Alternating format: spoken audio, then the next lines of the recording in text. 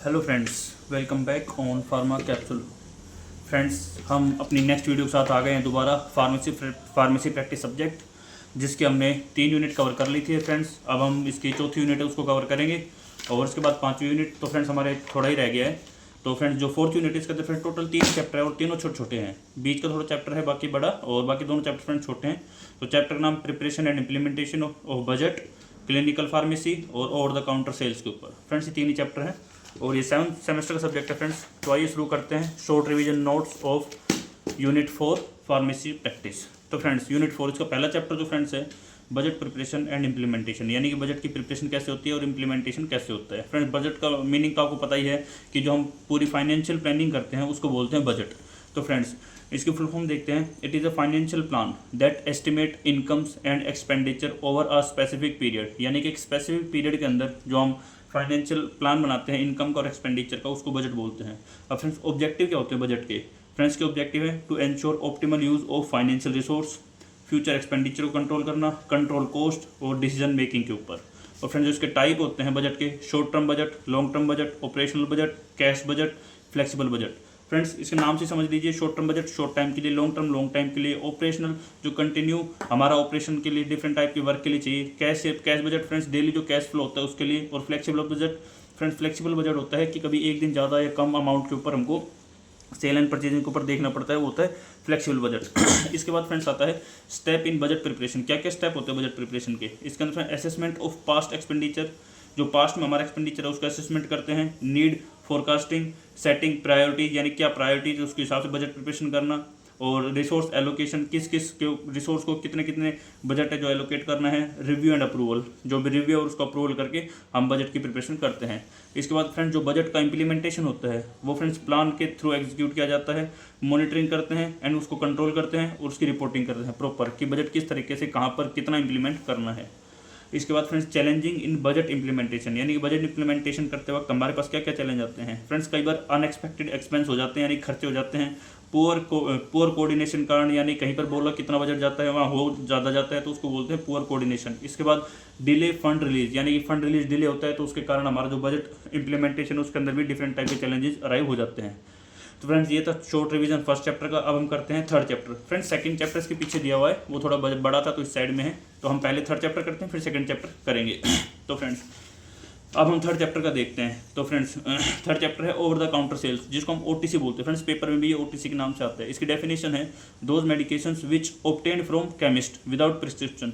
Friends हमारे पास बहुत सारी मेडिसिन ऐसी है जो आरएमपी की जो आरएमपी लिख के देता है हमको उसके ऊपर ही प्रिस्क्रिप्शन के ऊपर देनी पड़ती है, लेकिन कुछ जो मेडिसिन हम विदाउट आरएमपी के प्रिस्क्रिप्शन से दे सकते हैं उसको बोलते हैं ओटीसी। इसके सिग्निफिकेंस देखिए फ्रेंड्स, तो यानी कि चिप पर जो मेडिसिन होती है वो दे सकते हैं, केमिस्ट खुद से प्रिस्क्राइब कर सकता है, सेल्फ डायग्नोज कर सकता है, सेल्फ ट्रीट कर सकता है। और ओटीसी मेडिकेशंस के अंदर देखें तो किस किस डिजीज़ के लिए दे सकते हैं, जैसे कि एनाल्जेसिक हो गया, एंटीबायोटिक हो गया या एंटीसेप्टिक हो गया, नेसेट्स हो गया, इस टाइप की दवाई हम दे सकते हैं। इसके बाद rational use of OTC medication. Friend इसकी सिंपल डेफिनेशन है this is appropriate use of OTC drug. जो ओटीसी ड्रग होता है उसका एप्रोप्रिएट यूज होता है considering safety, efficacy and cost, उसकी सेफ्टी, एफिकेसी एंड कॉस्ट को ध्यान में रखते हुए। जो friends rational use of OTC medication है इसके कंपोनेंट क्या क्या है? करेक्ट ड्रग सिलेक्शन, यानी ड्रग का सिलेक्शन करेक्ट होना चाहिए, प्रॉपर डोजिंग होनी चाहिए, अवेयर साइड इफेक्ट, यानी कि उसकी साइड इफेक्ट है उससे हमको अवेयर होना चाहिए, पता होना चाहिए, अवॉइड करते डुप्लीकेशन को, यानी कि ड्रग का कोई डुप्लीकेशन नहीं होना चाहिए। इसके बाद फ्रेंड्स जो इसका सेकंड चैप्टर है वो है क्लिनिकल फार्मेसी। फ्रेंड्स इसका हमने पीछे भी बहुत 2-3 बार पढ़ा है इसके बारे में, तो अब हम इस चैप्टर को एक और डिटेल में कवर कर रहे हैं। क्लिनिकल फार्मेसी जो कि हमारा यूनिट 4 में भी आ रहा है। Friends clinical pharmacy branch of pharmacy that working या work with doctor and patient to ensure the safe, effective and proper use of medicine. Friends clinical pharmacy वो ब्रांच है जो डॉक्टर के साथ काम करती है, पेशेंट को दवाई प्रोवाइड करती है, उसके safe, effective and proper use of medicine को देखती है।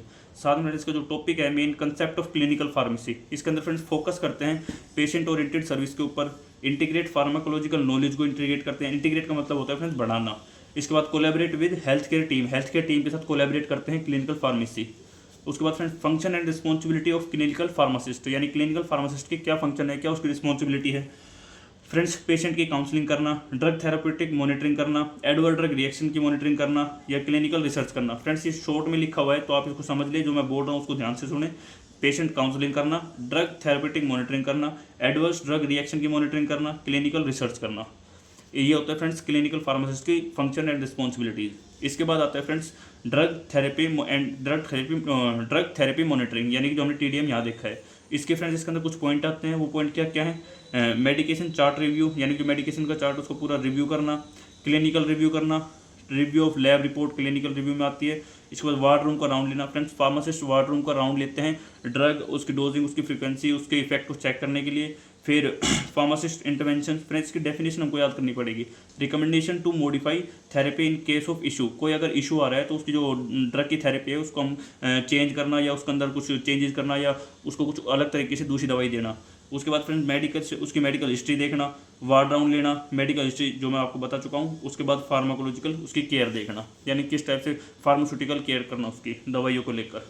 इसके बाद फ्रेंड्स जो आता है इसका dosing pattern and drug therapy based on. Friends जो डोजिंग पैटर्न है और जो ड्रग थेरेपी है, ये दो चीज़ों के ऊपर बेस होता है।